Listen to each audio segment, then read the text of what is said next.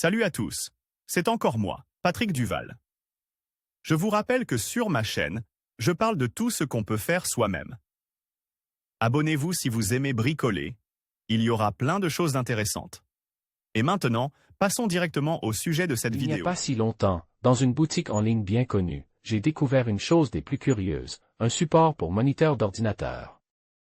La chose semble simple, quelques planches et une poignée de vis autotaraudeuses, mais elle s'est avérée très utile et spacieuse.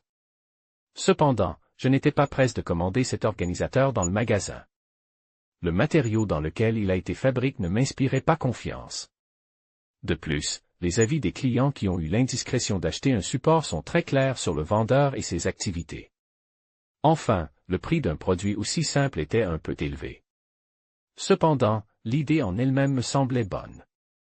Et vous pouvez utiliser n'importe quel matériau plus fiable et plus abordable. Eh bien, fixez quelques planches avec des vis autotaraudeuses et vaporisez le produit résultant avec de la peinture en bombe, à mon avis, c'est à la portée de n'importe qui. Vous aurez besoin de 2 planches de 30 x 50 x 1 cm, 2 planches de 30 x 15 x 1 cm, 2 planches de 30 x 4 x 1 cm, une boîte de peinture acrylique blanche, pour le bois, un marqueur, un mètre ruban, une mèche de 2 mm, vie à bois autotaraudeuse 3, 5 x 32 mm, tournevis, bougie de paraffine, couteau, briquet, de préférence turbo, fabrication d'un stand organisateur pour le moniteur. Pour commencer, il est évidemment nécessaire de concevoir sur papier le futur design. Même si l'on ne sait pas dessiner, il faut au moins faire un croquis schématique avec les paramètres, afin de ne pas s'embrouiller lors de la fabrication. Ensuite, nous passons au travail principal, scier une planche de bois aux paramètres requis. Il convient de noter qu'ici, chacun est libre de choisir les paramètres du produit en fonction de ses propres besoins. Je viens de donner un exemple sur mon écran. Il en va de même pour les compartiments de l'organisateur, leur nombre, leur hauteur et leur profondeur. Ainsi, après avoir découpé le nombre et la taille requis de la planche, vous devez traiter les bords coupes avec du papier de verre, afin d'éviter les blessures lors des travaux ultérieurs. En outre, chaque coupe doit être soigneusement frottée avec de la paraffine provenant d'une bougie et brûlée à l'aide d'un briquet turbo. De cette manière, elles deviennent régulières et lisses. Cela est nécessaire car la peinture du pot sera absorbée par ces coupes comme l'eau par une éponge mouillée, et nous nous lasserons tout simplement de peindre ces endroits. Sur la surface traitée de l'entaille, la peinture s'étalait en une couche uniforme. Si la planche présente des bosses, des nœuds ou des trous après des cales en bois, il faut également les remplir de paraffine fondue.